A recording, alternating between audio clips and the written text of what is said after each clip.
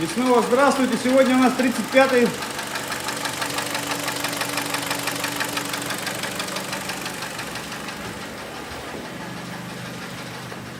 Как вы все слышите, задрало.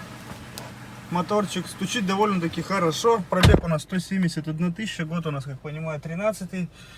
То есть крайний выпуск до реста, потом пошел уже рест. Автомат, полный привод. Автомобиль у нас с севера приехал. Ну что, сейчас будем разбирать, дефектовать, все промерять. Еще раз говорю, все подряд менять мы не советуем. Ребят, делайте дефектовку, все промеряйте, уже потом принимайте решение, что нужно менять, что не нужно менять. До добра все замены не доводят. Качество запчастей гораздо хуже, чем стоят с завода. Учтите это, пожалуйста. Естественно, все навесное будем проверять, ролики, ремень там уже в трещинах было, посмотрел так мимолетом, то есть однозначно, хотя надпись вроде видна, что за ремень посмотрим, конечно, стоит, почему он так быстро потрескался или что, но все проверим абсолютно. На этом давайте пока заканчивать, будем приступать к работе, меньше слов, больше дела, надо быстрее разбирать и смотреть. Судя по звуку, возможно, росточка и не выйдет, возможно, грязовка потребуется. Работаем. Навесное все сняли, оборудование по навесному у нас. Ремень, как я и говорил, сразу заметно было, что он треснутый весь. Фирма у нас, покажем, не стерлась даже надпись. Дайка. В таком состоянии. Когда меняли, конечно же, я не знаю его. Далее два ролика железных, обводной и натяжной пластиковый, нормально, такое ощущение, что мененный.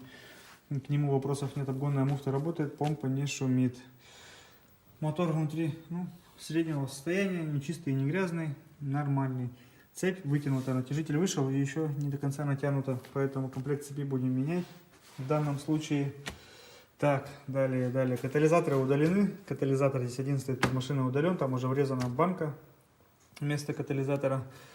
Что еще? Да, в принципе, больше это ничего такого нет. Все защелки, все целое, все снимается нормально, шланги тоже целые. Сейчас убираем ГРМ, распредвалы, ГБЦ и смотрим на цилиндры. ГБЦ снято. В данном случае больше всего пострадал четвертый цилиндр. Не знаю, росточка выйдет, не выйдет, конечно же. Это все в станок надо будет вставлять. Но это довольно-таки глубоко, даже видно на камеру. Сейчас помпа, промежуток, датчик коленвала. Отцепляем, достаем блок, разбираем, смотрим на коленвал и на насос. По распредвалам есть на задних шейках потертости, но они незначительные. Поджимать ничего не требуется, потери давления масла не будет, это главное. Продолжаем работу. Мотор полностью разобрали, начинаем с блока. Естественно, посмотрели поверхности линейкой. Еще раз говорю, 30-сантиметровой линейкой вполне хватает, чтобы посмотреть и так, и так. Прогибов не имеется, фрезеровку делать, естественно, не будем, просто старую прокладку аккуратненько убираем, очищаем, и все нормально будет. Первый, второй, третий, в данном случае четвертый больше всех пострадал. Кто-то говорит, вот, четвертый. Ребят, посмотрите ниже видео, там точно такой же мотор, но первый больше всех задрало. Поэтому как бы не надо говорить, что четвертый. В данном случае четвертый. Со впуском, со стороны впуска, конечно, все получше выглядит. Так, здесь, естественно, будем сначала пробовать 0,5 растачивать, если нет, то гильзовать. Фрезеровку не делаем. Подачу масла заклеили, чтобы туда стружка не летела при росточке. Далее коленвал весь в размере, и коренные, и шатунные вкладыши. Опять-таки вопрос заново задаю, зачем менять вкладыши. Вот, допустим, коренные, да, они как новые. Ничего вообще, никакого износа нет на шатунных вкладышах.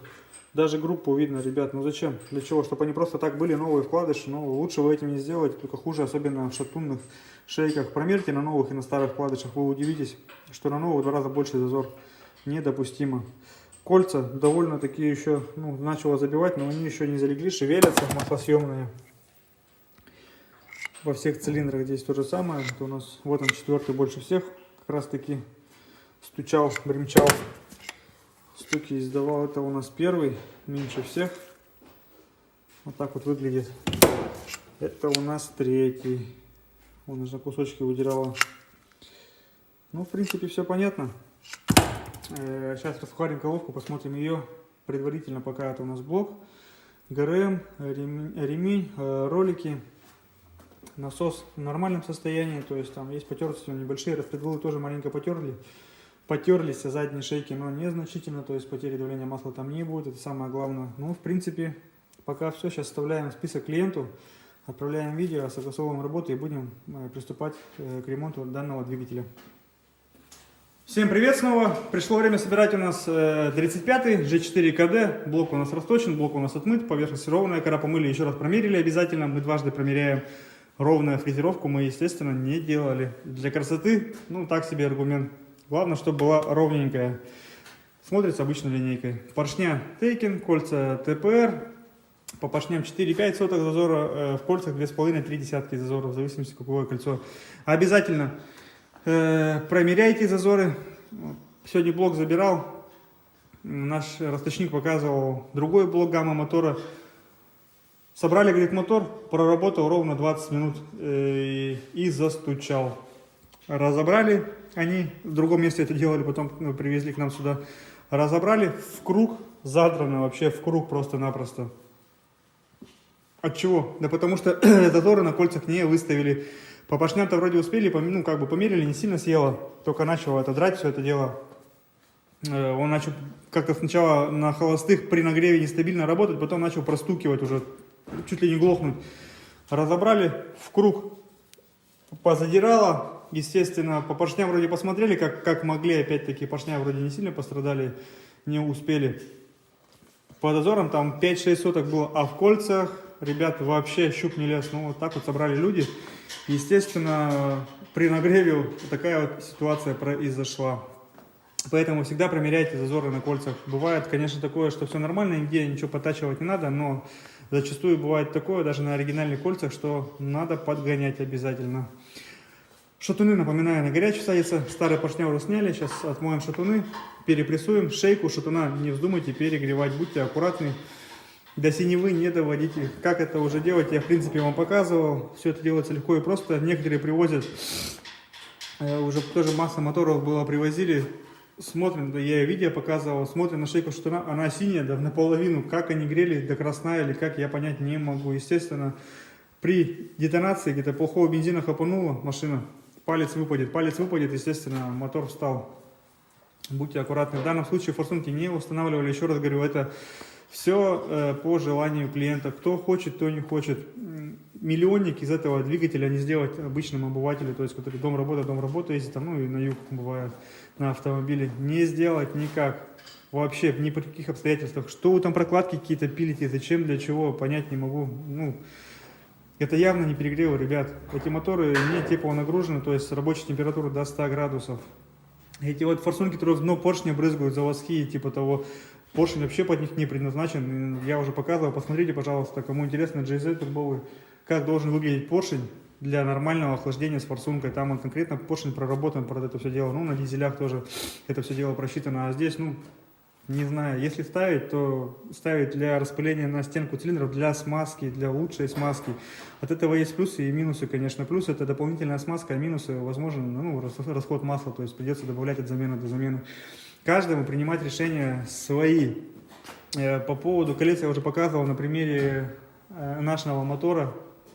Поршень сам по себе малюсенький, перегородки малюсенькие, что так, что внутрь, то есть что там протачивать. Мне кажется, опять-таки плохого бензина залили, не дай бог детонации, перегородки нахрен все повыпадывают. Для чего это мастырить? Ну, как бы, не понимаю. По поводу автоволта я говорил, поршня нормальные, но кольца и упаковка поменялась, сами кольца на ощупь они какие-то жиденькие стали, поэтому пока их не ставим, пока не вернется старое все это дело. Пока ставим ТПР, НПР. Ну, поршня, в принципе, также используем автовол, только просто кольца меняем. По зазорам сказал, давайте будем приступать к укладке коленвала. Блок собран, готов к установке. Все, естественно, крутится от руки. Все замечательно. Слышно только ширканье колец, больше ничего по новому фону, поэтому нужна обкатка. Сложностей, в принципе, никаких не возникло, кроме того, как пришлось нарезать резьбу на поддоне в одном месте. Поддон снимался, и, видать, вот эти вот крайние два болта по центру, которые стоят, нужно всегда продувать от старого герметика. Видать, не продули, начали затягивать. Он, естественно, уперся в герметик и просто-напросто резьбу вытянули. Вот такие вот дела. Сделали вертыш, и все нормально протянули. Обязательно вот два центральных болта продувайте, как и головочные болты всегда продувайте. Не дай бог, там останется стружка, вода, антифриз, масло. Начнете затягивать, в данном случае он лопнет, а в тех случаях, скорее всего, резьба вытянется, либо болт сломается. Здесь вытянулась резьба, восстановили. То, что нам потребовалось для сборки, в принципе, все. Сейчас снимаем, ставим пластину для автомата и монтируем все на машину. Блок установили на автомобиль, поверхность полностью обезжирили, помпа стоит, защитный кожух стоит, датчик колена и промежуток, все это дело привернуто. Вот она ГБЦ, тоже, в принципе, все готово, сальники заменены, поверхность идеально ровная, поэтому фрезеровку также не делали. Старую прокладку всю убрали, кусочки все поубирали. Наждачкой мелкой прошлись, чтобы полностью сравнять все это дело. И обезжирили. Обезжириваем обычным растворителем. Тряпочкой чистой все это дело убирается. Прокладка, естественно, у нас оригинал. Вот с-под нее бумажка лежит, сейчас клеем, брызгаем. По краям вот в этих вот местах поболее герметиком мажем, потому как, особенно вот с этой стороны, это слабое место данных автомобилей. И начинает постоянно потеть. Оно здесь тоже, вон видно было, да, следы, что это отпотевало. У всех 2-3 года начинает потеть. Болты, естественно же, синей мобиловской смазкой мы промазываем, чтобы нормально протягивались. Не намазать. Очень часто начинают хрустеть и не дотягивают просто-напросто головку. Естественно, она начинает бежать. Будьте бдительны. В принципе, вот, кстати, информация для тех, кто спрашивает, какие фильтра ставить. Мы используем мановские. Вот номер их. Хорошие фильтра, что воздушные, что масляные. Ман. Отлично. Сейчас пока протягиваем ГБЦ, корпус термостата, приворачиваем за крепление выпускного коллектора, то есть работа есть. Давайте будем приступать к монтажу ГБЦ. ГБЦ протянуто, распредвалы стоят, комплект цепи, напоминаю, новый, оригинал, все клеймо имеются, Made in Korea.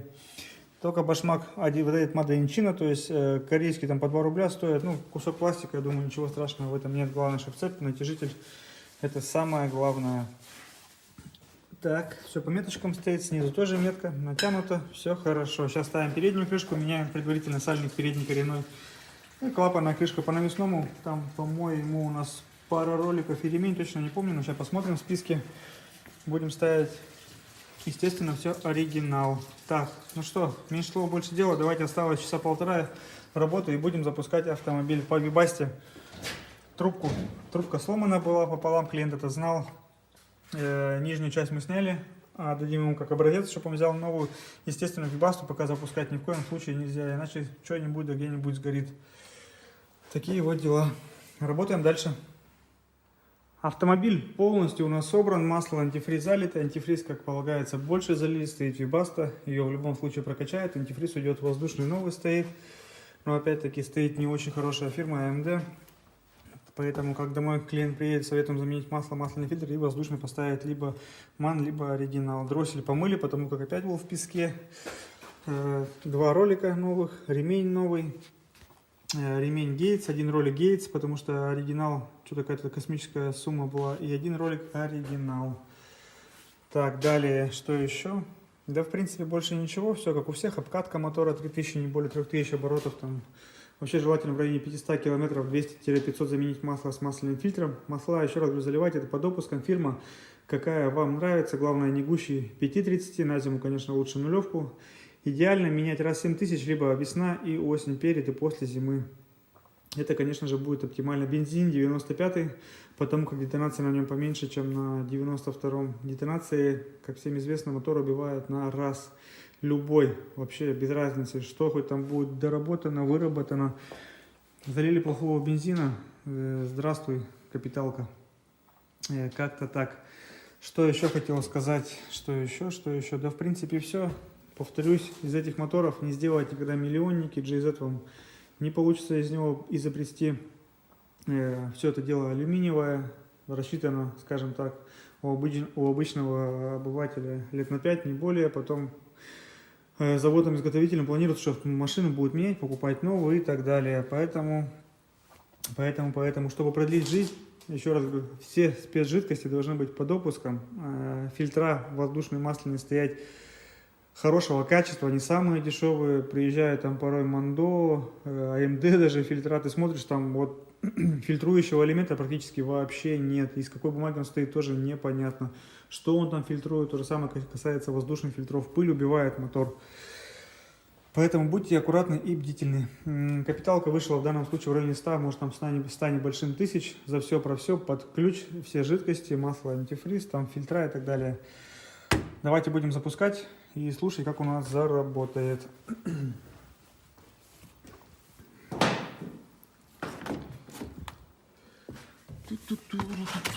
Так, парковка, климат off, давление есть, аккумулятор есть. Так, ну что, пробуем. Что с топливом, что ли?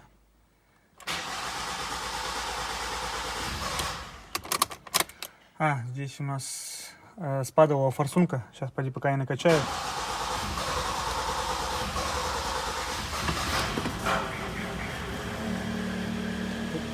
Заработала, но накачивала долго.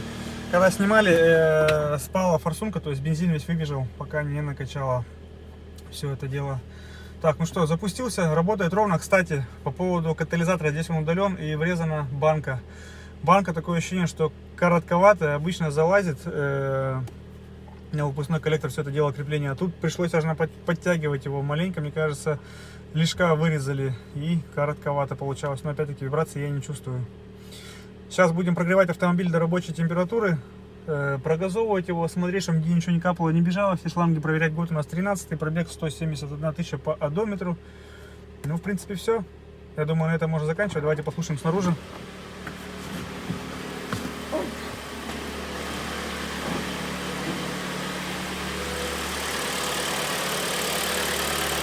Работает ровненько. Ну что, до новых встреч, до свидания.